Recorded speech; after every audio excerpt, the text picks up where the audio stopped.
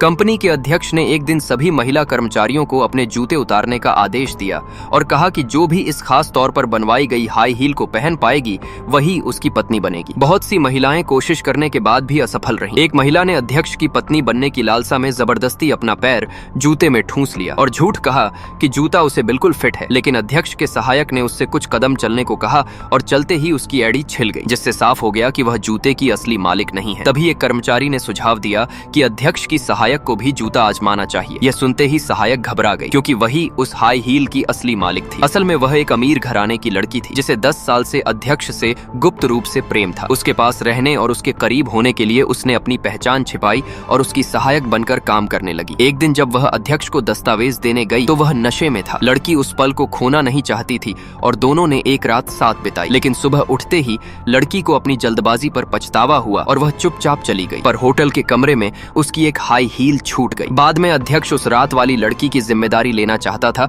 लेकिन उसे उसका चेहरा याद नहीं था, इसलिए उसने सभी महिला कर्मचारियों से वह जूता पहनने को कहा। जब सभी असफल हो गईं और केवल सहायक बची तो उसने जानबूझकर कहा कि उसे हाई हील पहनना नहीं आता और अपनी दोस्त से भी झूठ बुलवाया। अध्यक्ष ने उसकी घबराहट देखी और उसे कागजात लाने के लिए भेज दिया। तभी बाहर आते समय दोनों टकरा गए और अध्यक्ष ने कहा, तुम कब तक मुझसे सच छिपाओगी? लड़की समझ गई कि उसकी पोल खुल चुकी है और वह माफी मांगने लगी। तभी अध्यक्ष ने एक गुड़िया निकाली, जिसे देखकर लड़की स्तब्ध रह गई, क्योंकि वह वही गुड़िया थी जो उसने 10 साल पहले अपने प्यार का इजहार करते समय उसे दी थी और उसे कभी अंदाजा नहीं था कि वह आदमी उसे इतने सालों तक संभाल कर रखेगा।